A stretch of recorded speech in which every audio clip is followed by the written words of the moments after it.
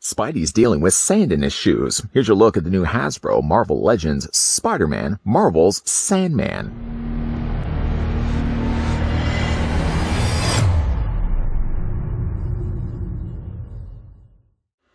A massive dose of radiation bonds petty criminal William Baker's body to sand, creating a massive threat to Spider-Man.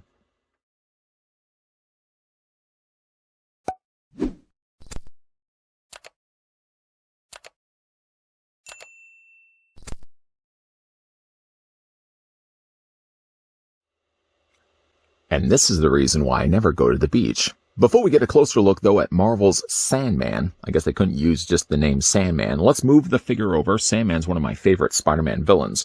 We'll bring in another one of my favorite Spider-Man villains. Here he is next to Mysterio. This just happens to be a convenient displaying of two characters, because in this case, they're not actually using the same bodies. In fact, looking at Sandman, normally common practice when it comes to Marvel Legends is they tend to reuse parts again and again. But being that he's wearing a flatter looking shirt, it might look like that Sandman's got more of a unique body than some of the other Marvel Legends we looked at before. The figure includes several Sandman-esque type accessories. More importantly, things that you can swap out with his hands. Because as of right now, slightly boring, he comes with just regular fists. I know nobody's probably going to want to display him like that. So at least they do throw in a couple of other things instead. He comes included with this big giant mace. Now this is actually made up of two parts. I just put the two together because they're unique to the arm parts, and I'll show you guys that in a second. But he comes with a mace that looks like it's been sculpted out of sand. I think they've actually done a pretty good job of doing a discoloration of kind of like off, kind of custard yellow. It's slightly more darker too as it gets closer up to his elbow. Now, this is the part that's going to be going over top of his forearm. It's a nice looking, like I said, little piece. I guess you could really display it like this and attach this to his arm, but obviously it's going to make things a little more finished if you put the little sleeve cuff there as well. So it comes included with that. The figure also comes as well with a fist. You can probably already see why I said that they are unique. Like these sleeve parts are very much designated to one hand over the other, and this fits very nicely over. Almost fits like a glove. Crickets. All I hear is crickets. It's a nice, again, sculpted hand. This one's nice because it's got some additional spikes sticking out from the fingers. Texturing on this is really, really cool, though.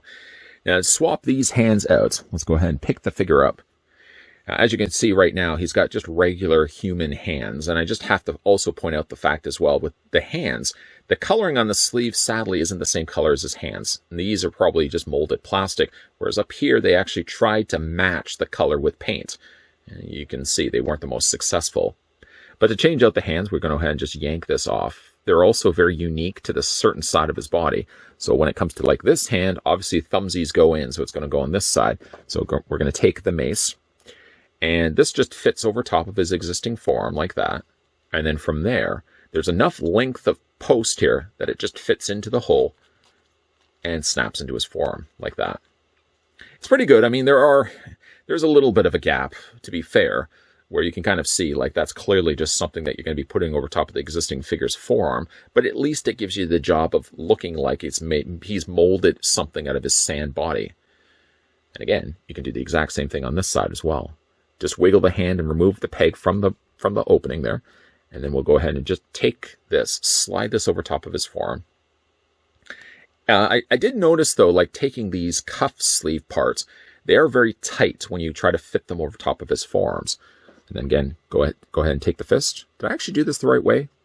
Let me just flip this around. I didn't do it the right way. Pardon me, excuse me. Flip this around the other way, and then we'll just put the fist in place. Yeah, there we go. Like a glove.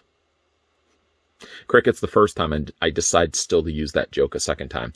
And you can see that, yes, he's displayed now with the fist and the mace, and that does make the figure look rather a lot cooler than just displaying him the regular OG way. Now, as a result of it, as you can probably imagine, it's going to make him a lot more front-heavy.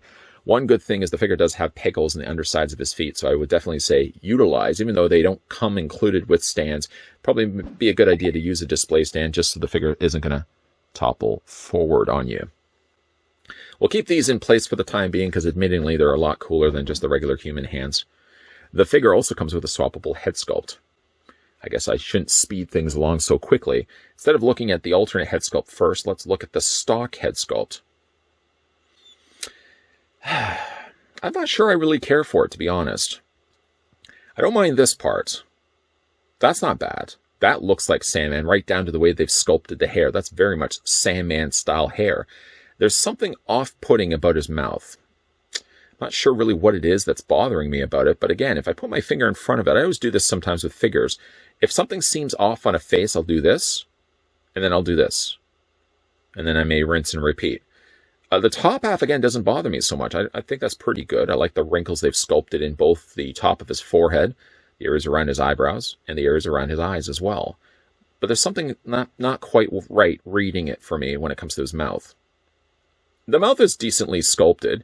At least they've also gone in there and painted not only the teeth, but also the gums. But I don't know, there's something throwing me off a bit for the face. If this isn't a face that you certainly do want to use, then he also comes included with this head sculpt. Find myself even thinking that if it was just this regular head sculpt, minus, of course, that T1000 hole in the side of his head, I think I actually might have preferred that a little bit more than the grimmest face instead. And if you, again, want to change out the head sculpt, just hold on to the torso. Hold on for dear life. To the credit, I have to say, of Marvel Legends, I don't do nearly enough of them on this channel. The figures are always very durable. Like, I feel like I can really be roughhousing with them. Not that I would be roughhousing with a figure, mind you. But go ahead and just fit the replacement head in place. A little bit of necessary pressure is required. Get it onto that ball joint. There we go. And you have that head sculpt instead. I'm sure they have taken a little bit of creative cues from the T1000. That certainly does look like a very T1000 type of head sculpt. But again, they've done a really nice job of sculpting in the sand. Boy, does that ever look really neat. And again, when you see it from this side, although you can clearly see like half his face is missing, I gotta say it's still a nicer head sculpt than the one we get stock when you get the figure first out of the packaging. I don't even know if I have the figure fully on its ball joint. Let's just put a little more pressure on there. There we go. As for the figure's rest of his body, very classic looking Sandman. Of course, he's got the alternate colors of the dark and the lighter green striping his shirt. Darker, more off brownish gray slacks. And what I almost would consider slightly smaller feet. His feet seem really tiny, don't they? Sculpting as a whole is pretty good on this figure. Again, that I like the fact that it clearly looks like they've sculpted in a shirt rather than just painting over the stripes over top of an existing Marvel Legends body. Now, it's not to say this isn't a reused body. It could very well possibly be, but I like the fact at least they made the efforts to make it look like he's wearing a shirt. Probably has maybe even been previously used from a Marvel Legends Sandman figure. Coloring and paint is pretty clean on this. It almost looks like it's actually been printed on rather than painted on. But either way, whatever the effect they did or however method they did to paint the figure, that looks really clean when you're seeing this in hand. Very little paint really happening here on the lower pants. I mean, it looks like they probably just sculpted these with the plastic themselves, but at least they put the little seam lines there on the inside, the interior, and the exterior of his legs. And again, I just can't help but notice he's got really, really tiny feet. Am I the only one? Am I spending too much time talking about Sandman's tiny little feet? He seems like he has awfully small shoes. Anyways, let's move on to the figure's articulation.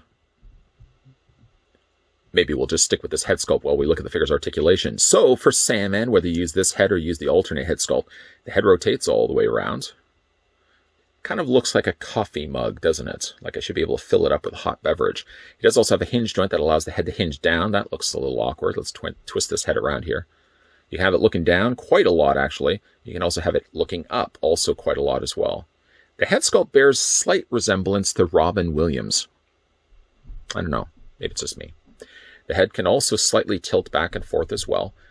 The figure has upper torso crunch. So you move the torso further forward. That's probably not going to help the fact he's so front heavy anyways. And you can also angle it back as well. Like he's gotten hit by Spider-Man's webbing or something. He does have a waist swivel. As it certainly goes for the arms. The arms, while heavy now still with these additional parts that I've added, the arms rotate all the way around. You can hinge them out. About a 45-degree angle bend. There's a swivel on the bicep. There's a double hinge on the elbow.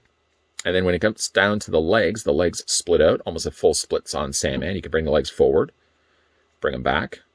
There's a swivel 3/4 of the way up the thigh, so that allows the leg to rotate all the way around. A double hinge on the knee. And then when it comes to his feet, little tiny shoes. I'm sorry, Sam, I keep talking about it. He has an ankle pivot back and forth, and you can also move the feet up and down this way as well. I don't know. I don't know if I would say this is my favorite Sandman figures. I feel like I've looked at better ones in the past before. The coloring is pretty good on this guy. Paint is really clean, so I'll give it credit for that. He does have the additional parts that go onto his hands. Let's just bend the legs back a little bit just so I can make him able to stand up. Because, again, utilizing these hands, the figure is going to have some difficulty standing. That might be good. Let's just hope he doesn't fall over. Pros for this figure. Paint's pretty good. I do like the hands, at least, that they gave him. And I like also the fact that the hands, which I guess I really didn't technically look at for articulation, the hands being that they are independent, after all, from the sleeves, do have also their own independent swivels as well. All right, putting it back where he was before. Positives is the fact that he does have the swappable hands. Positives are the fact that the hands are nicely sculpted, so it looks like sand. Positive is the fact he does have the swappable head sculpt that has the big hole right through the side of his face. Negatives, though, I feel his feet are slightly small. Negatives, I find, like the stock head sculpt with the grimaced teeth, I don't know, is working as well for me. I don't know if I would say that this is the best Sandman I've looked at here on this channel, but it is a new Sandman, and I'm a big fan of Sandman. I find like this figure it has positive points, but it's just an okay Sandman. If you agree or disagree, certainly let me know down below in the comments section. And even though I really ripped on the idea that this guy has regular human hands, one thing it does benefit for this figure is that you don't have to necessarily go full sand with the displaying of them. If you want to just have the mace in the one hand, you can go regular human hand on the other side. And that's actually one good thing about Marvel's Sandman here, is he does have swappable components. You don't have to fully commit to the idea that he's comprised of sand.